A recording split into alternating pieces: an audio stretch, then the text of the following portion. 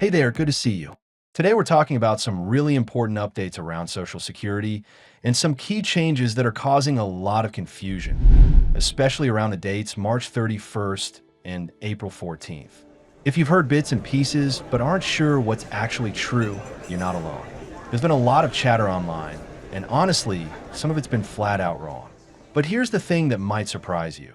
These changes were originally set to kick in on March 31st, but now there's a 2-week delay, and even more importantly, the rules aren't the same for everyone.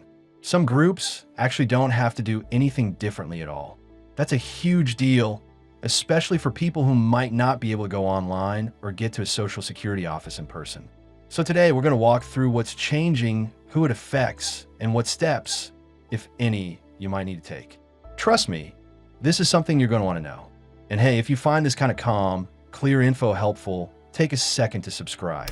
It really helps the channel, and make sure you don't miss future updates. So let's start with what kicked all of this off. The Social Security Administration, or SSA, originally announced that starting March 31st, 2025, almost everyone applying for Social Security benefits would need to verify their identity either online or by going to a local office. That might sound reasonable at first. After all, preventing fraud is important, but the big issue was that they were going to stop letting people do this by phone. And for a lot of folks, especially older adults, people with disabilities, or those living in rural areas, using the phone is the only practical option.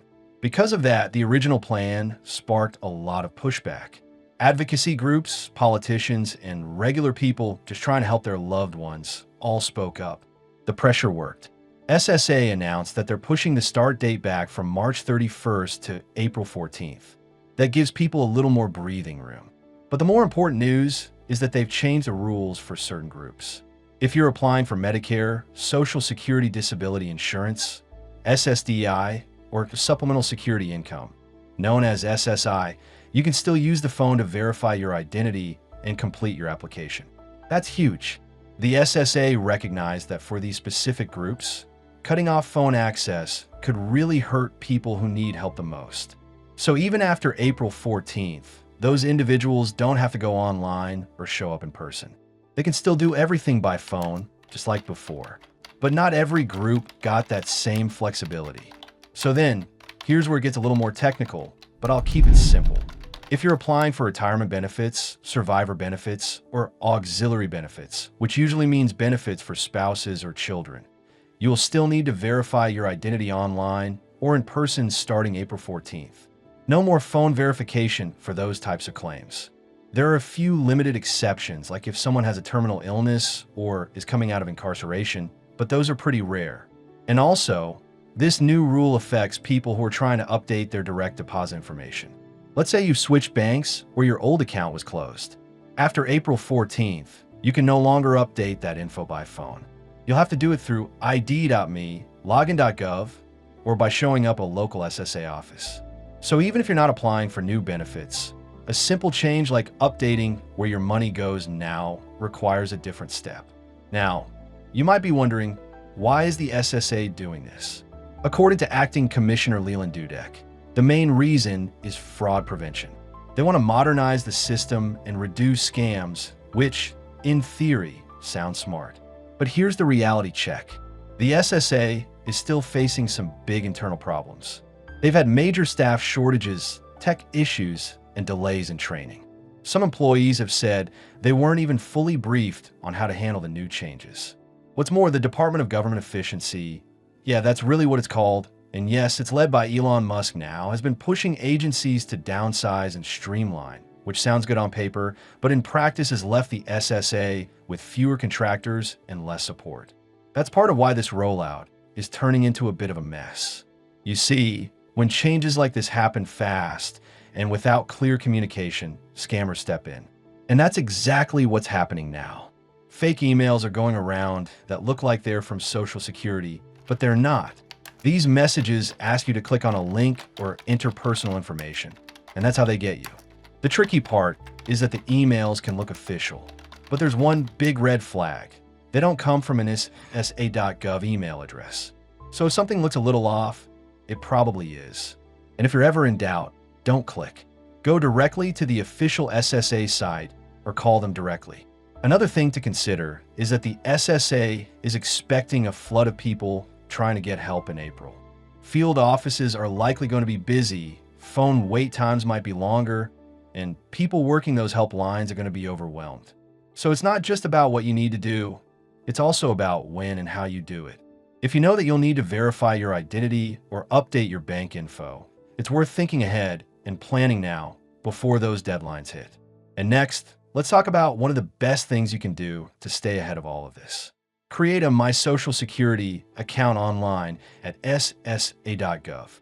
I know that for some people, dealing with government websites isn't always easy, but this one is actually pretty helpful. Once you set it up, you can view your benefit statements, make changes, and see any updates that affect you. It gives you more control, and it reduces the chances of being caught off guard. And also, just to be clear, if you're not applying for new benefits or making any major changes to your account, you don't need to do anything right now. This isn't one of those situations where everyone has to rush out and do something by a certain date.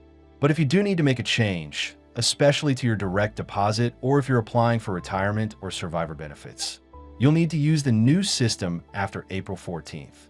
And one more thing, if you're helping someone else like a parent, spouse, or friend, make sure they know this stuff too. A lot of people still haven't heard about the changes, or they've heard rumors that just aren't true. Something as simple as letting them know that the phone option still exists for Medicare or disability claims could really help ease their stress. And look, Social Security is supposed to be a support system. That's what it was designed for. So any change that makes it harder to use hits especially hard for people who are already facing challenges.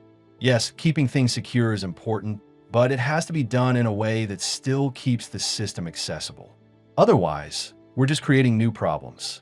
So then, just to recap, March 31st was the original date for the new identity rules, but it's been pushed back to April 14th.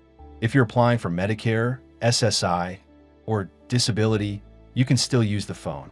But if you're applying for retirement or survivor benefits, or need to change your bank info, you'll need to verify your identity in person or online.